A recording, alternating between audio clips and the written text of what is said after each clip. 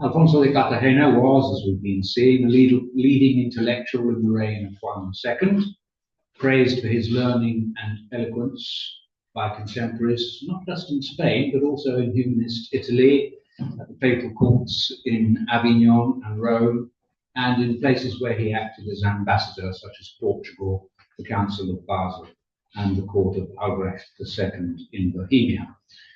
The language of diplomacy was Latin, but Cartagena was also celebrated in the vernacular. What he called the Primogenita Scripturarum Mearum, his Memoriale Virtutum, addressed to Prince Duarte of Portugal in 1423, was a Latin compilation of Aristotle's ethics, designed as a contemporary Specum Principis. But in the same year, he translated Cicero's De Senectute and De Officiis for fellow ambassador Juan Alfonso de Zamora, and between 1430 and 1434, some 11 works by or attributed to Seneca for Juan II. Of his 20 surviving original works, 3 were written in Castilian, the Doctrinal de los Caballeros, the Respuesta to Santillana's question on Leonardo Brunes de Militia in 1444, and the Oracional for Fernán Pérez de Guzmán in about 1455. And 3 more were translated by himself from Latin, the Proposición sobre la preeminencia de los embajadores de Castilla ante los de Inglaterra, delivered in Basel in 1434 for fellow ambassador Juan de Silva, the Glosa y Declaración sobre el Tratado de San Juan Crisóstomo for Juan II before 1544, and the Apología sobre el Salmo Judica me Deus, probably for the Count of Aro, about 1454. This constant use of both languages points clearly to the dimensions of his cultural project and to the nature of its influence. These are to be understood within the context of that period, which witnessed the transition from the medieval to the early modern world, with the violent fall of feudalism, the rise of the bourgeois class and economy, the coming of Renaissance humanism and religious dissent, and the active spread of literacy. Cartagena belonged to the new breed of converso court letrados, who sought to redefine the ruling class, not as a feudal estate of knights founded on bloodlines and military power, but as an educated elite inspired by the ideals of the common good. This ideology is expounded in works specifically dedicated to the instruction of noble readers, notably his Epistola ad Comitem de Aro, about 1442, and his Respuestas de Santillana, but also in the Memoriale and the Doctrina. And it's likewise informed his attitude to humanism, which he propagated both in its vernacular guise in his Cicero and Seneca translations, and in its Latin philological aspect, for instance, corresponding and occasionally disputing, as in his Declinationes against Brune's rhetorical Neo-Latin version of Aristotle's Ethics, and the ensuing Controversia Alfonsiana, with leading Italian exponents of the new learning, for example, in his letters to Pier Candido de Cembrio in 1437 to 1440, requesting and commenting on his translation of Plato's Política, which contained the first Castilian attestation of the expression studia humanitatis, a term he was to repeat in his Duodenarium to Fernán Pérez de Guzmán in 1442, and Defensorium Unitatis Christianae to Juan II in 1449. All these factors show that Cartagena aspired to be not a theorist, but a cultural leader, despite posthumous attempts to idealize him as a religious paragon of humility, as for example in Fernando de Pulgar's Semblanza, some 30 years after his death. Modern scholars have convincingly analyzed the singular confidence of his assumption of this role of preceptor and innovator. His concern for publicity was strikingly embodied in foundations of numerous monasteries, ostentatious endowments of perpetual masses in his own honor in churches in Burgos, Segovia, and Santiago, and above all in his foundation of the Capilla de la Visitación in Burgos Cathedral.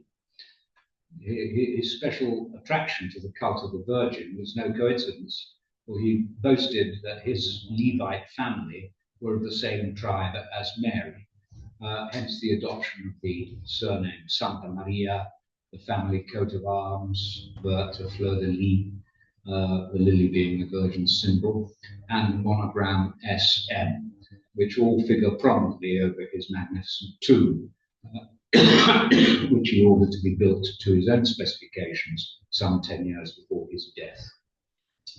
And the crown of this self-promotion lay in the tomb's epitaph, a major instrument of propaganda in that age. See the list of quotations at the end of this handout are just text that's cited. You will see that there are hundreds of studies, mostly written by people present in this room, which I haven't listed there, but which of course I am using. But what I'm talking about now is citation 1 on the handout, the funeral epitaph 1456 in the Capilla de la Visitación. And it was composed by himself, and it states, and I'll read out the Latin texts in English, because I know there are some people here who don't speak Latin. He was a lover of peace, and signed peace between Kings Juan of Castile and Juan of Portugal, and between Emperor Albrecht and the King of Poland. He composed many books, plures libros, for the public utility: Defensorium Fidei, Oracional, Memoriale Virtutum, Doctrinal de Caballeros, Genealogia Regum Hispaniae, Duodenarium, and he issued a treatise in which of the kings on which of the kings of Castile and England should have the higher ranking seat, and obtained a decision in favour of the Kingdom of Castile at the Council of Basel. Now, the inclusion of this list of works on his gravestone is illuminating. It's as if Cartagena were declaring to the world that his claim to a place in heaven rested on his political role as a diplomat and his numerous books ad utilitatem publica. In confirmation of this pride, he ordered copies of those books to be placed in the chapel, debajo de las gradas del altar, con cadenas, to be admired by visitors. And there they were catalogued in 1487 by the chaplain of the Capilla, Cartagena's nephew, Luis de Maruenda, 18 in number, comprising the 7 listed in the epitaph, plus the declinaciones, the translations of Seneca, the Epistola to the Count of Aro, otro libro de muchos sermones en latín del dicho señor obispo, otro devocional en que están muchas oraciones compuestas por el dicho señor obispo, and 5 volumes of papers on the Portuguese embassy, the Council of Basel, the privileges of the bishopric of Burgos and its exemption from rule by the Archbishop of Toledo, and the regulations of the chapel. And finally, and this is rather interesting in terms of some of the things we've been hearing from Hector and so on, a copy, not of his, but of his father, Pablo de Santa Maria's Scrutinium Scripturarum. That's to say, he regarded that as one of the books he wrote.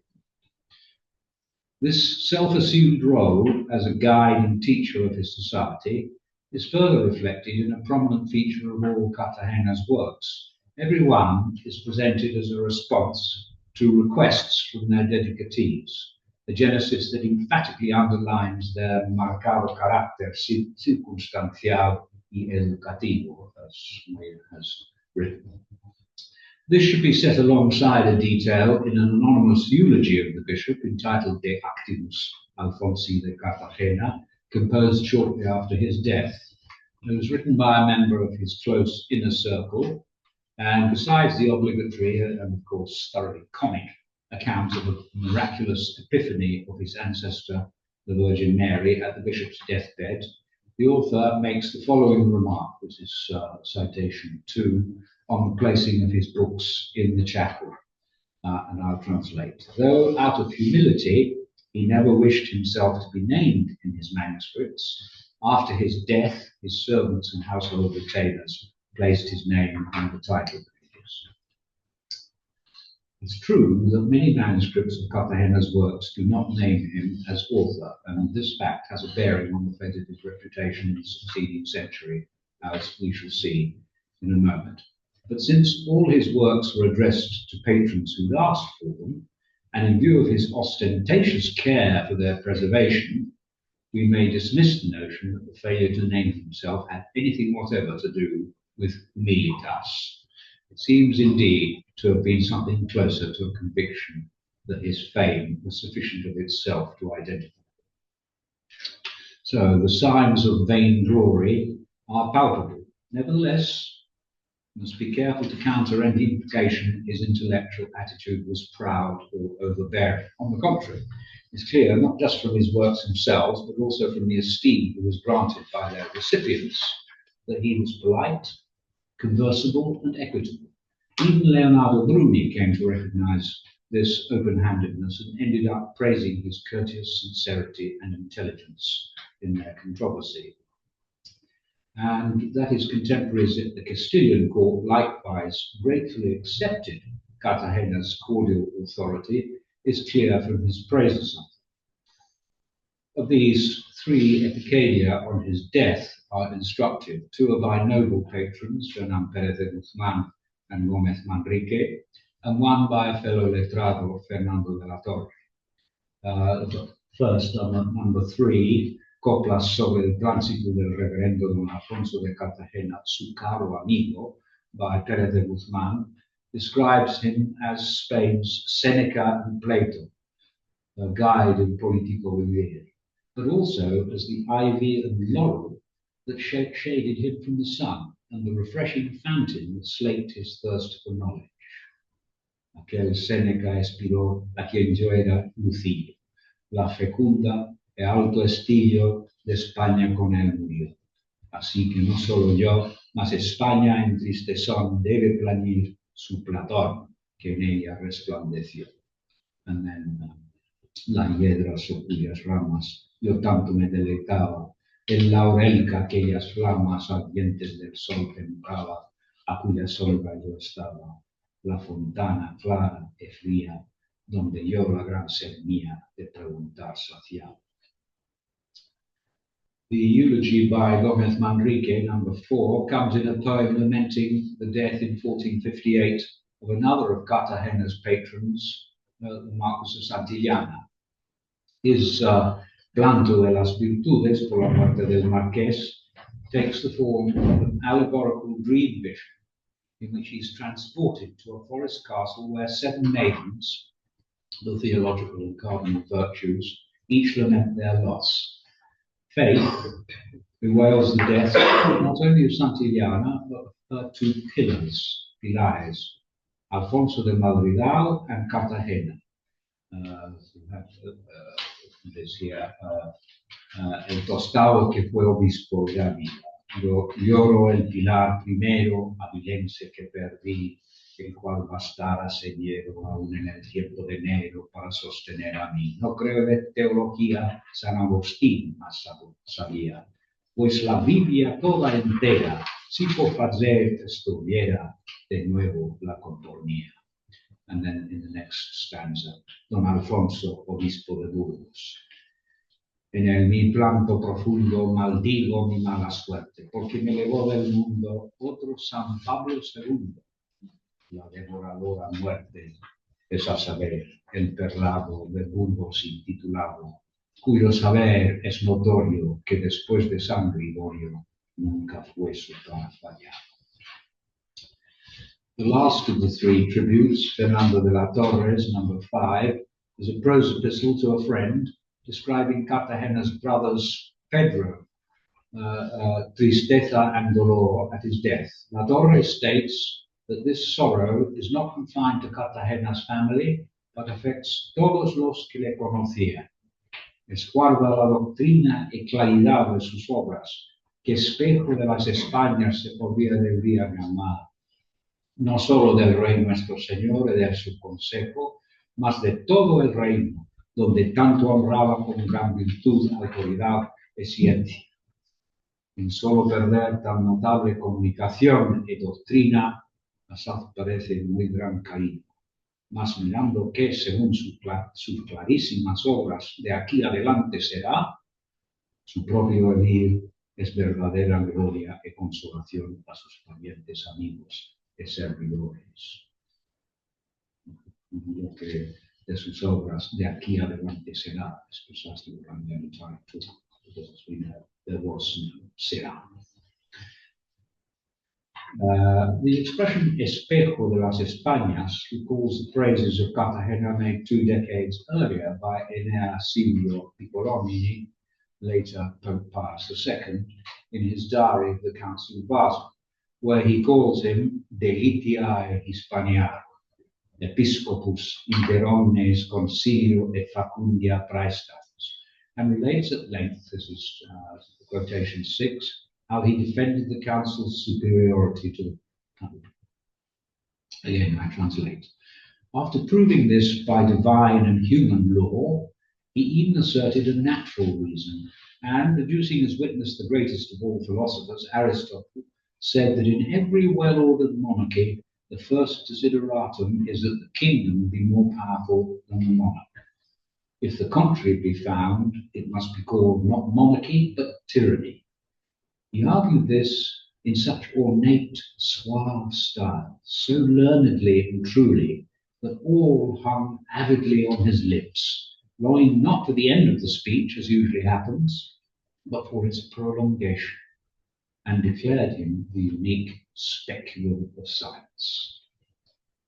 Piccolomini adds that when Cartagena moved on to ideas he opposed, that means really ideas that Piccolomini opposed, he seemed distracted, aliquantis per asseipso discede, no longer himself, for there was not the same grace in his words, nor the same gravity in his speech, or good humour, hilaritas, in his face. This is perhaps the most vivid of these testimonia. It captures what the others say about the gravity of Cartagena's learning, a mirror of science, but it offsets it with the attraction of his ornate yet suave rhetorical style, and ends with the unexpected stroke of his good-humoured manner, hilaritas. No other description by his contemporaries succeeds in counterposing in such refined critical terms the argumentative content of his works with their expressive literary colour. Much has been written in the past decades about Cartagena's content, but studies of his style remain superficial. We still have to put up with misguided remarks by scholars of Italian humanisms to the effect that, and I'm quoting Hankins here, despite his keen sense of the philosophical issues, Cartagena was beneath contempt as a stylist and rhetorician. This despite the fact that Bruni's deranged project of turning Latin into a dead language and presenting himself as the reincarnation of Cicero, which extended to wearing a Roman toga in public, has been shown to be often grammatically incompetent, whereas Cartagena's Latinity was lively and sophisticated, as the entranced auditors of his orations testified. He was a much better writer of Latin than Bruni. Indeed, as I've said, even Bruni came to admit as much when he finally wrote to Cartagena in 1442, congratulating him on his mirabili sapientia et optimorum copia verbum. So, all this shows that Cartagena's thought was universally admired, and more importantly, that his rhetoric aligned it with his cultural aims, deploying an affective style calculated to arouse his audience to transform society. In short, he aspired to be not a letrado, but a man of letters, nombre de letras. In his prologue to the translation of Cicero's De Inventione, dedicated to Prince Duarte of Portugal about 1427, he compared rhetoric to the sword, as valuable as knighthood para esforzar la justicia y justa defensión de la república y opresión de los injustos y malos. In logical terms, therefore, and here I come to the point of my title, we might assume that Cartagena's works will have achieved wide circulation after his death, when this new ideology of the educated ruling class came to fruition with the advent of the modern state under the Catholic monarchs. And yet, this seems not to have been the actual outcome. To be sure, the esteem in which he was held was to be reflected by Pulgar in his Claros Varones de Castilla, this is text 7, published for Isabel I in 1486 and reprinted over 20 times up to 1632, thereby becoming the chief source for Golden Age scholars. However, Pulgar called him Alfonso de Santa María of Cartagena, and made explicit his converso origins, del linaje de los judíos.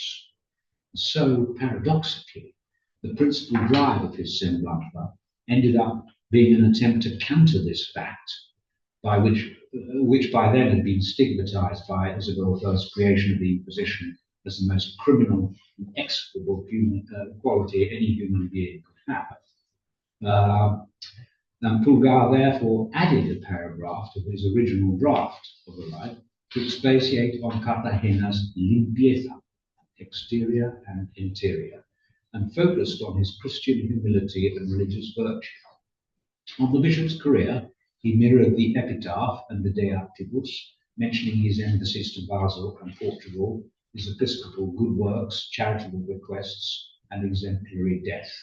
Yet, astoundingly, amidst all the writings named on the tombstone, substituting instead a mention of Declinationes and his translations of Seneca for Juan II, and dismissing the rest as some treatises on moral philosophy and theology now in the Capilla de la Visitación. Tornó de lengua latina a nuestra lengua vulgar ciertas obras de Seneca que el rey Don Juan le mandó. Hubo una gran disputa con un filósofo y orador grande de Italia que se llamó Leonardo Radecio sobre la nueva traslación que hizo de las éticas de Aristóteles, en la cual disputa se contienen muchos y muy doctrinables preceptos. Hizo asimismo algunos tratados de filosofía moral y de teología provechosos a la vida, los cuales están hoy en la capilla donde está enterrado en la iglesia mayor de Burgos. Yáñez, quien bien considerare los actos exteriores de este perlado, conocerá sin duda que sus pensamientos interiores más participaban con las cosas celestiales que con los terrenales. What's really notable here is the implication that Pulgar was not recommending any of the moral and theological tracts chained in Burgos Cathedral, only the Seneca translations and the Declinaciones. And that dismissive conclusion that Cartagena was more interested in heavenly than earthly matters only serves to highlight this silence. It is remarkable in view of Pulgar's own passionate texts on subjects which you will be familiar with, about potentially problematic texts such as the Defensor. Pulgar's biography was to be the direct source of parallel semblanzas of Cartagena in the works of succeeding historians in the Golden Age. The Sicilian court humanist Luca Marineo, in his list of reading illustres in the Grados de Hispania for 1497, reissued in both Latin and Spanish in 1530, simply summarizes Pulgar, making absolutely clear that he himself knew nothing whatever about Cartagena. Marineo first arrived in Spain in 1484, but strikingly eliminates any mention whatever of his Jewish ancestry or his literary works. Juan de Mariana, in his Historia de Rebus Hispania in 1592, self-translated in 1601, likewise gives a précis of Pulgar in his account of the Council of Basel in book 21, with the eye-catching variation that he restores the reference to Cartagena's Congreso blood, adding the blood-curdling comment, cosa semejante a milagro que hubiese en España quien sobrepujase con la virtud la infamia y odio de aquel linaje y nación. But in book 22, which is technically about the death of Alfonso V of Naples, Mariana adds this note. This is text number 8. falleció por el mismo tiempo don Alonso de Cartagena, obispo de Burgos, del cual andan algunas obras, como es una breve historia en latín de los reyes de España que tituló Anacefaleosis, y otro libro que llamó Defensorium Fidei, y otro Defensorium Catholicae Unitatis, en defensa de los nuevamente convertidos contra el estatuto ya dicho de Toledo, sin los demás que aquí no se cuentan. To omit the Seneca translations and declinaciones and list instead Anacefaleosis and Defensorium was to turn Pulgar, his source, on his head. The model of making the latter work, Defensorium, into two separate works, Defensorium Fidei and Defensorium Unitatis Christianae, was an addition to Mariana's Latin original, which simply read Defensorium Fidei Aliaque. This implies that at first he followed Cartagena's epitaph, where the work is so named, but in the intervening 9 years came across a reference to one of the two extant manuscripts which bear the title Defensorium Unitatis Christiana. But what seems clear is he'd not actually studied either, since he didn't realize they were the same work. Yet this erroneous duplication is to be parroted by Filipino and Thalia Davila and others. And it was in fact left to the bibliographer Nicolas Antonio at the end of the 17th century in his posthumously printed Biblioteca Hispana Letus 1696 to introduce some order into the list of Cartagena's works. He cites Piccolomini, who I've cited as well, and Pulgar at length, and bases his catalogue on Diego Rodríguez de Almela's Valerio de las Historias Escolásticas en España, expanded with references to printed and manuscript copies, and a page-long summary of Defensorium, correcting the errors of Mariana and other early modern sources such as González Dávila and Esteban de Garibay. The latter's Compendio Historial of 1571 gives no more than a 20-line account of Cartagena on reporting his death. It omits any mention of Jewish ancestry and then passes straight to the question of Cartagena's erudition letras and lists Anacefaleosis, Memorias, de Virtudes, Defensorium Fidei, Libro de las 12 Cuestiones, Apología sobre el Salmo Judicame Deus, y otras escrituras de doctrina y tratados de historias que cada día traemos entre manos. What should we make of that last phrase? It's unclear.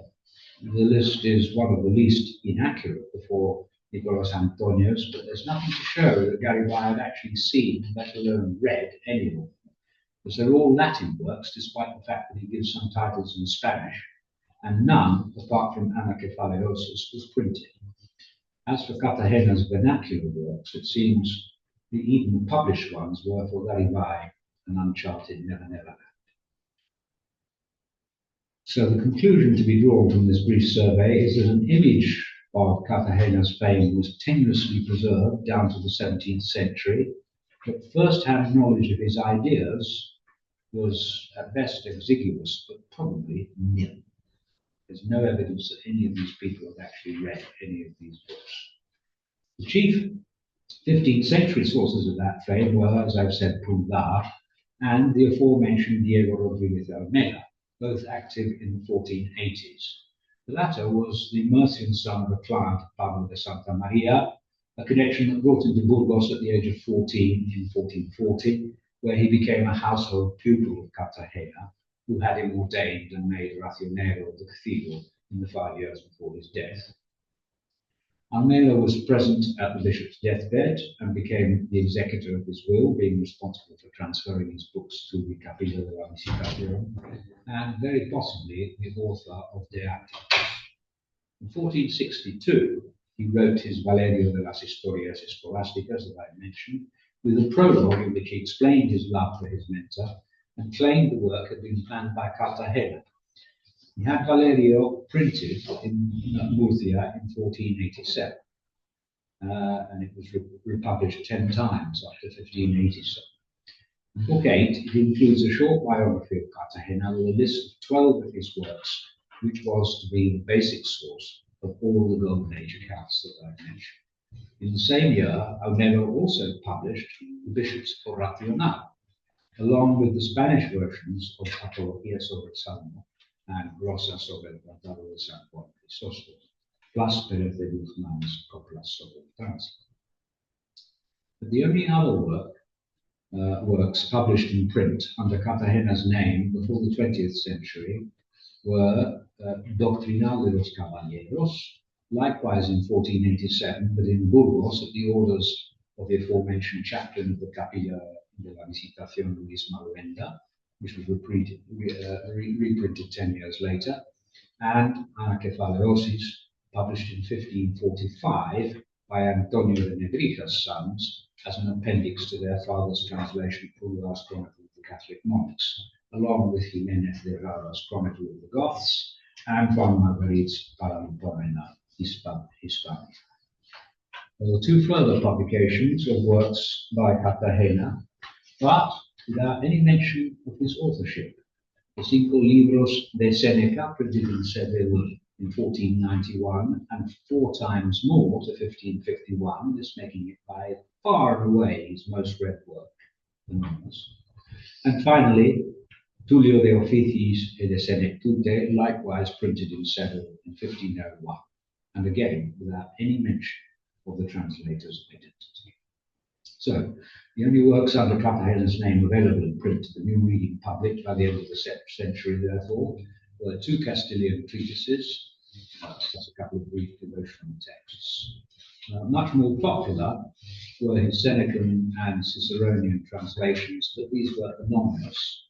None of the texts we today regard as serious cultural tracts were published. And if we look at the manuscript testimonia, the state of affairs becomes even more evident. Based on Moras 2002 and Valero Tranero and Rodriguez website, the statistics are roughly as follows. The Senecan and Pseudo-Senecan translations are preserved in some 40 manuscripts, besides the 5 editions from 1491 to 1551 that I mentioned, which makes it, as I say, far and away his most successful work, if we discount the fact that none of the editions make clear that it was his work. The Ciceronian De Senectute or De Officiis survives in 6 manuscripts, besides the likewise anonymous 1501 edition. Pro Marcello in 4 manuscripts, 2 being among the previous 6, and De Inventione in 1, giving a total of 9 extant testimonies. When we turn to original compositions, however, the story is meagre. Memoriale Virtutum, extant in 6 manuscripts, mostly illuminated presentation copies from notable royal patrons, one with Cartagena's own arms and another copied in Basel, plus a Castilian translation made for Queen Isabel of Portugal, mother of Isabel the Catholic, between 1474 and 1496, preserved in a single copy. This sum of 7 testimonia makes it the best preserved of all Cartagena's Latin works, apart from the Propositio super altercatione praeminente inter oratores regum Castellum et Angliae, which likewise survives in 7 manuscripts, including one donated to Salamanca University by Juan de Segovia, plus 1 in Vatican and 2 in Krakow. But Cartagena's self-translation survives in 14 manuscripts up to 1600, making it his most copied work after the Seneca versions of Doctrinal. The Allegationes on Castile's right to the Canaries, also written at the Council of Basel, survives in 6 copies, one of them in the Vatican. But when we turn to works of deeper import, the numbers are shockingly scant. The Declinationes on Bühner's translation of the Ethics, for example, which caused a European controversy when he took it to Basel, survive in 3 copies, all foreign, 1 in Krakow and 2 in small monasteries in southern Germany. The only record of manuscript in Spain is of a copy likewise left to Salamanca University by Juan de Segovia in 1458, but now lost. Equally disconcerting, given its place in what certainly, as we've been seeing, one of the most bitter and important of all the social and religious conflicts of its age, is the fate of the Defensorium, preserved in only 2 manuscripts: an anonymous contemporary exemplar, no name Cartagena on it, and a 16th century copy now in Salamanca. The Epistola to the Count of Aro survives in just 1 anonymous, again, copy, the original from the latter's library, the Duodenarium to Fernand Pérez de Guzmán in just 2, the Questio Ortolana with Rodrigo Sanchez Garrido in 1445, likewise, one in Salamanca and the other in the Vatican, while even the vernacular Respuesta to Santillana and Bühner de Militia survives in only 6 15th century miscellanies. The 2 vernacular compilations that made it into print, though far more successful than any of the Latin texts, did not match the anonymous Seneca translations. The most widely read, the Final de Caballeros, is extant in 19 manuscripts, alongside 1487 and 1497 editions, while the Oracional survives in a mere 7 manuscripts and the 1 edition 1487. One might object that, in comparison with major authors before the invention of print, such figures, I mean, I'm comparing with 1 or 3 manuscripts altogether. These figures, in fact, appear quite high.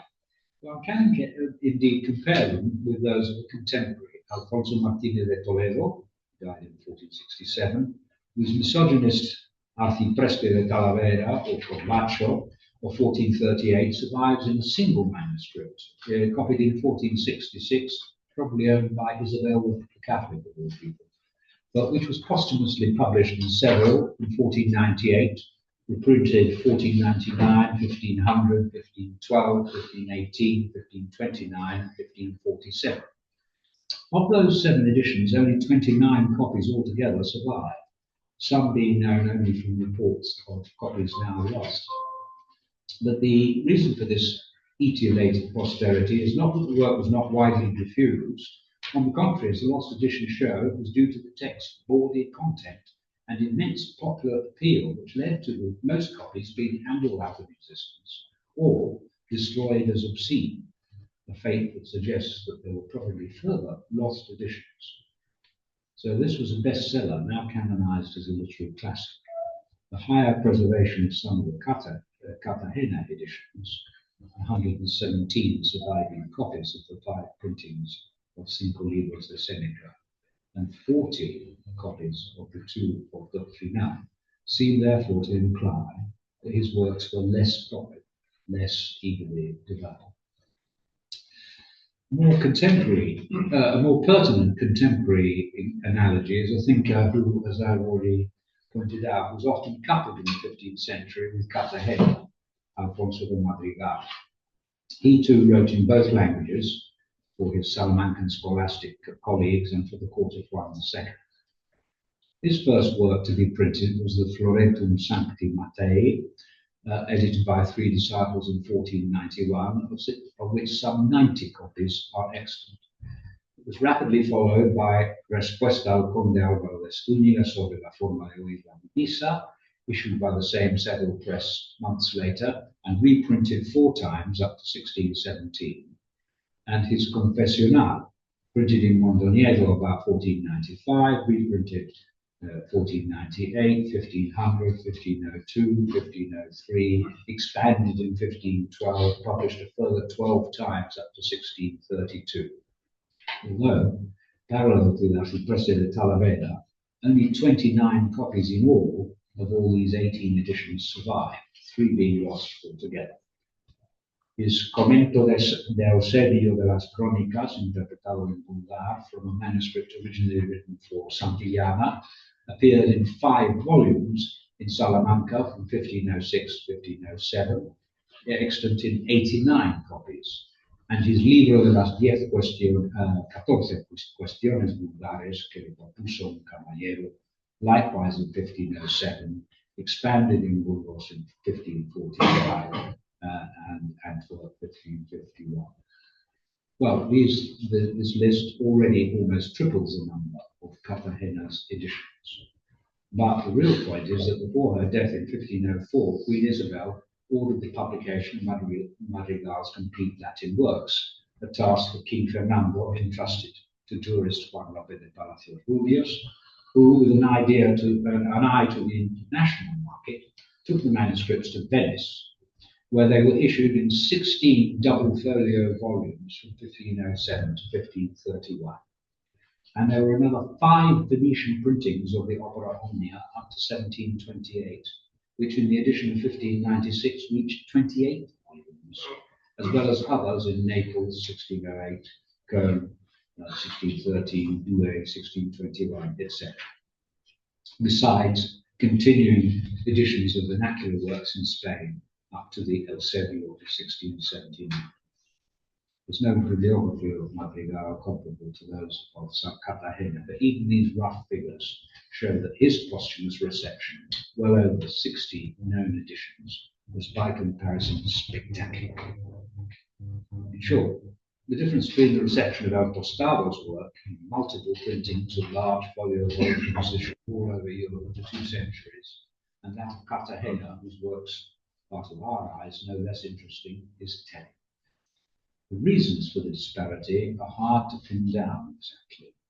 In part, they clearly had to do with the fact that Cartagena's ideas were so vividly concerned with specific social and cultural issues of his age, addressed to specific noble patrons on burning questions of the day.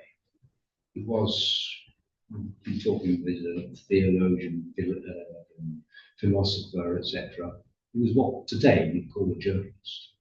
He was a man who wrote about specific issues in answer to questions. Whereas Madrigal, of course, was timelessly academic and scholastic.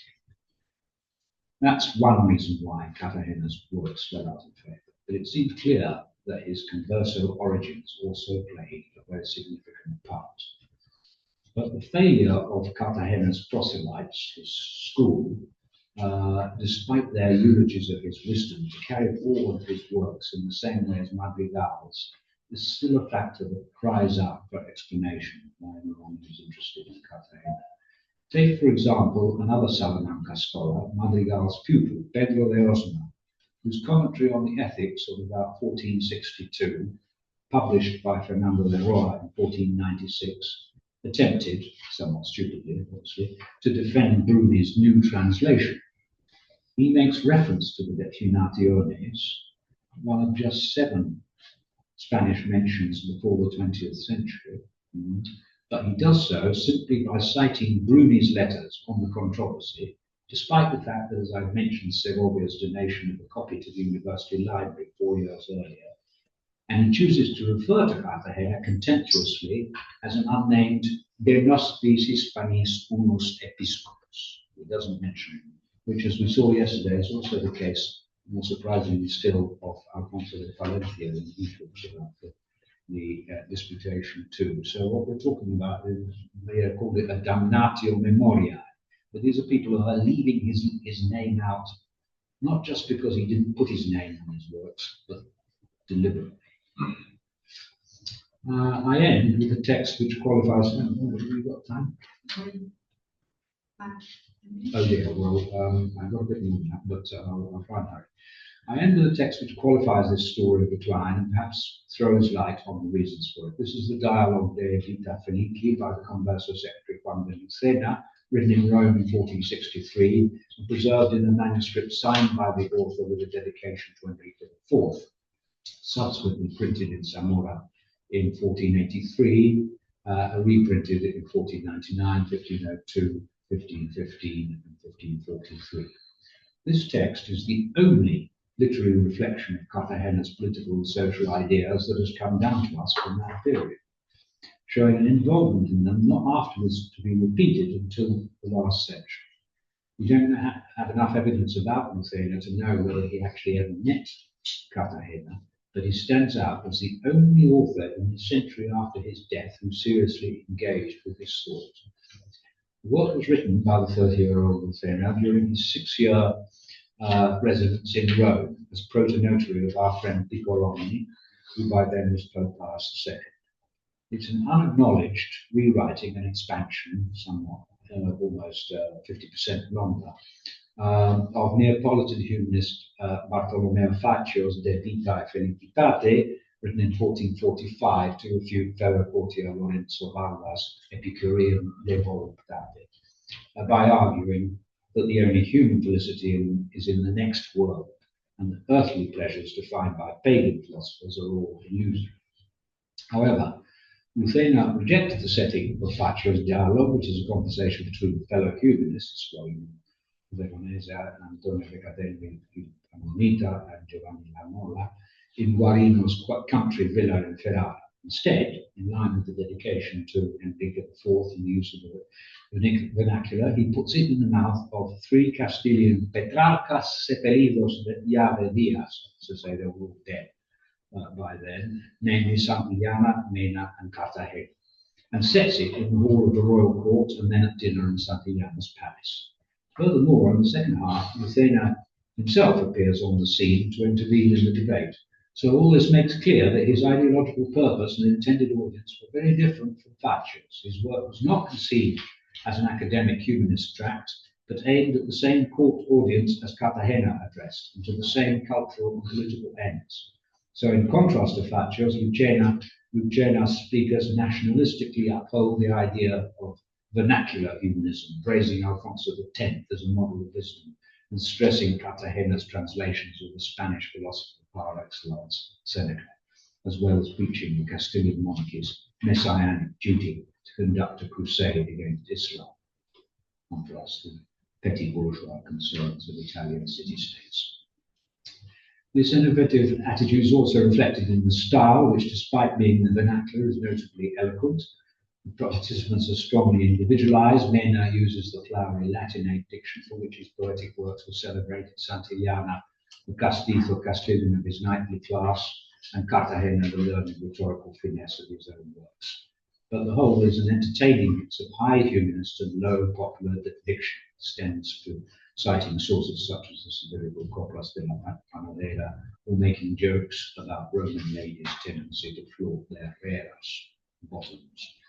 The four participants engage in lively, facetious familiarity, full of references to contemporary social realities, among the most important being the Converso problem, the failure to pursue the Granada campaign, and the conflicts aroused by royal favourites like Alberina and Beltrán de la Cueva. And this deliberate anachronism, dramatising his own dialogue with three dead cultural paragons, is highlighted by the artistic care taken over their characterization. The views that they're made to express correspond not with their life roles, but with their literary personae. So the poet, Mena, author of the epic Laberinto de la Fortuna, is the one who defends the active life. The knight, Santillana, poet and bibliophile, advocates the contemplative, and Cartagena, widely travelled diplomat and tireless educator of the powerful, expresses the conclusion that felicity cannot be attained in any form or state of earthly life, being reserved to the immortal beatitude of the celestial hereafter. The here and now, he argues, is a meaningless hell, rendered miserable by the corrupt self-interest, greed, and egotism of human nature.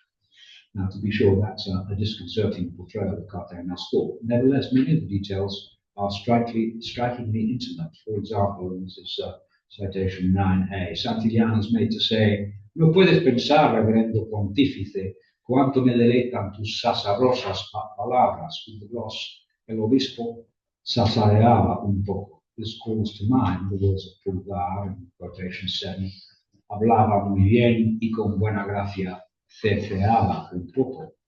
The fact that Cartagena is presented with such lifelike personal traits is central to the message and makes its deviations from what we might expect all the more perplexing and interesting. Some of the character Cartagena's interventions correspond with real Cartagena's ideology. Such, for example, is the defense of conducting the discussion in the vernacular. This is 9b, when Santillana expresses surprise that he's speaking of moral philosophy without recourse to Latin. Y en veo, reverendo padre, que por mi ocasión esfuerzas romanzar lo que apenas latino se pronuncia en Cartagena's answers. Nosotros, señor Marqués, no vayamos tras el tiempo, forcemos tornar el tiempo a nosotros, hablemos romance perfecto. And he's presented throughout, not just as a philosopher, la filosofía madre de razón, quien lo sabe si tú no, but as an orator. And Santillana also asserts that he enjoys rhetoric and law, which was, of course, the truth 9c, la retórica como principal, tienes pan de azucaradas razones, etc. Es ahora en ti solamente conjunta esta ciencia con las leyes santísimas a quien los pueblos bien regidos se someten, crecen el bien común y la república conserva. As it happens, that was actually just a translation of Lamont's translation of Guarini and Thatcher's text, but the parallel with the Leonese professor can't serve to explain why Cartagena is made to deny that he's a theologian.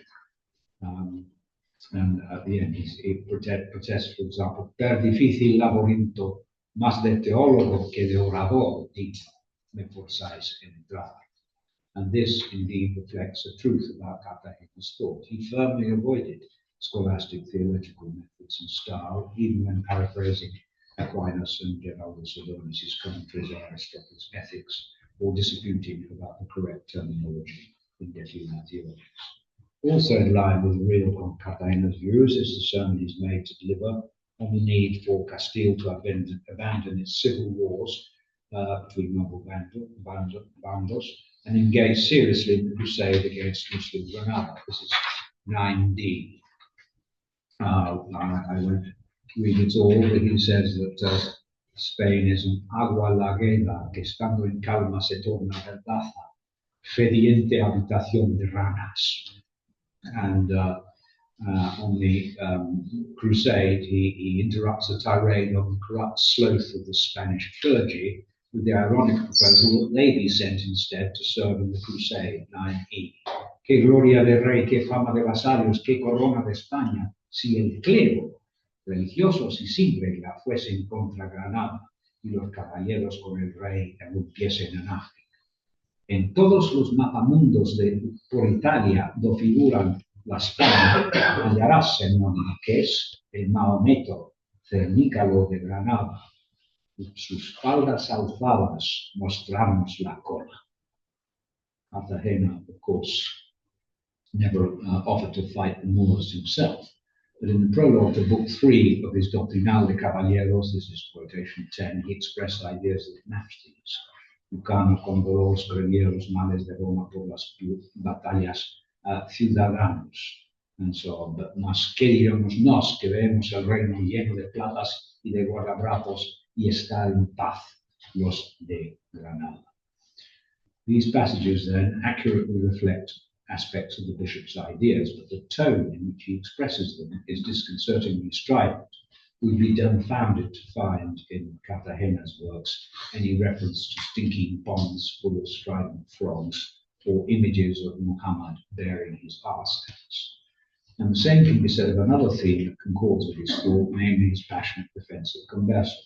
When Mena refers to his Jewish ancestry, Cartagena is made to reply 9f, no pienses correrme por llamar los hebreos mis padres, sonlo por cierto, y quiero antigüedad, nobleza, virtud, etc. They have. Fue Dios su amigo, su Señor, su legislador. Oh inmortal Dios, todos los oprobios son ya transmutados en gloria, y la gloria contornada en demuestro. But his passion goes further, even beyond the bounds of decorum. As examples of opprobrium turned into glory, he gives the obscene examples of the Roman matrons Calphurnia, who insulted the Senate by raising her skirt and showing them her bottom, and Paulina, who mockingly proclaimed that her breasts, legs, mouth, and forno were her lover Rodriguillos, only Herrera being reserved to her husband, indicating that fact by embroidering her backside with jewels, as a result of which laws were passed obliging all women in Rome to wear long mantles over their backs, a style of dress which was then perfidiously converted into a proud and honourable fashion. This, he thunders, is precisely matched by the reverse example of glory turned into insult, the bombastic arrogance with which los infieles gentiles idólatras who boast descendants from the gods claim to be gentlemen, gentiles hombres, whereas, this is 9F, paragraph 2, si los 12 tribus de Israel sea cuán virtuoso, vaya, vaya, que es marrano, poco más bajo del polvo. Infieles cristianos que tal dicen, marrados tengan los ojos. Contrastan callando la verdadera evangélica, diciendo que la vera luz no ilumina los venientes a él. He claims to have been provoked to this outburst by malenconía, and Mena comments, a la mi fe, señor obispo, jamás te vi tan irado. The argument reflects that of the Defensorium Fidei, that this is not clarified until 30 years later, when Cartagena instructs Lucena to use rational arguments and not make a show of agreeing with him just because he is de los suyos, i.e. a fellow converso. And so it's not Cartagena, but the author himself who delivers the actual message of Defensorium 9G. ¿Cuáles suyos? Ni cuáles ajenos? Una ley, una fe, una religión, un rey, una patria, un corral y un pastor es de todos. The violence with which Cartagena's characters made the claim is paralleled in tirades which lack any similar support from his works. In demolishing Santillana's claims for lusty or felicity of the contemplative life, for example, he delivers pages of bitter anti-clerical satire. And the paradoxical nature of this invective is underlined, this is 9H, by his use of the first-person plural to enumerate the bishop's corrupt morals. Ninguno es de nosotros, por mucho que tiene, que más y más no desea. Es tamaña nuestra ambición que hacemos el oro cielo. Hacemos tan reprobado vivir que no sin razón la lengua seglar lo maldice. De cómo lo consentís me maravillo. And there's no lack of the anecdotal obscenity. We've noted above, for example, when he tells a story of how another bishop asked him why the episcopal mitre has dos puntas. Respondile, no pudiendo haber paciencia, porque las tiene sin tilde, puntas sin tilde. Ya tú miras lo que queda. If you take the abbreviation mark out of puntas, you get putas. So, scholars are perplexed by this ambiguous presentation, which conjoins accurate personal details and allusions to Cartagena's real ideology and character, with an animosity of style and mentality that seems irreconcilable with the descriptions of him that I expounded at the start of this talk. Ottavio di Camino finds the satiric humour of his portrayal both, quote, disturbing and indecorous. And we're bound to concur. But the point is, these qualities were wholly intentional, an integral thread of Lucena's parodic purpose and meaning. The reflections of Cartagena's ideas were not mere topics, but recognitions of his highest aspirations. Yet his character is subject to the author's pessimistic irony and designed to express with satiric anger not his, but Lucena's disillusion with what he clearly saw as the failure of Cartagena's project to reform the political, social, and cultural state of Castilla. As the bishop is made posthumously to say, in Enriquez IV's reign, the nobility was still corrupt, violent, and feudal. Racial hatred was growing, and the vernacular, rather than being elevated to equality with Latin, was sinking into Gothic decadence. Nuestra lengua primera bárbara, hecha romana después, al guarismo se es tornada. Si cerca es del latín, lejos es ya de palacio. Palabra latina no se habla de gana, y por desfrazo, góticos ayes, la letronizados de un palmo se escribe. So we're brought back then to the problem of Cartagena's falling reputation at the end of the century, a decline further highlighted by contrasting fortune of his fellow disputants in Lucena's text. Santillana and Mena were quite extensively published. Mena's Laberinto was published 30 times between 1486 and 1566. Half of those with an extensive gloss by the Salamancan Comendador Griego, Hernán Núñez de Toledo, in 1499.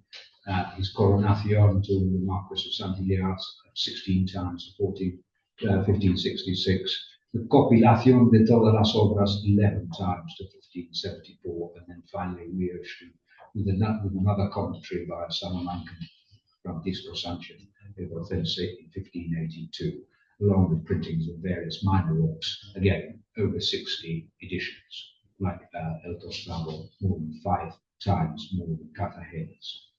And all of those were published under their authors' names, whereas 6 of the 11 editions of Cartagena before 1600 were anonymous. So what do we conclude? One simple explanation for failure of Cartagena's thought to achieve any significant repercussion in the century following his death would seem to be in the savage repression of conversos brought about by the Inquisition.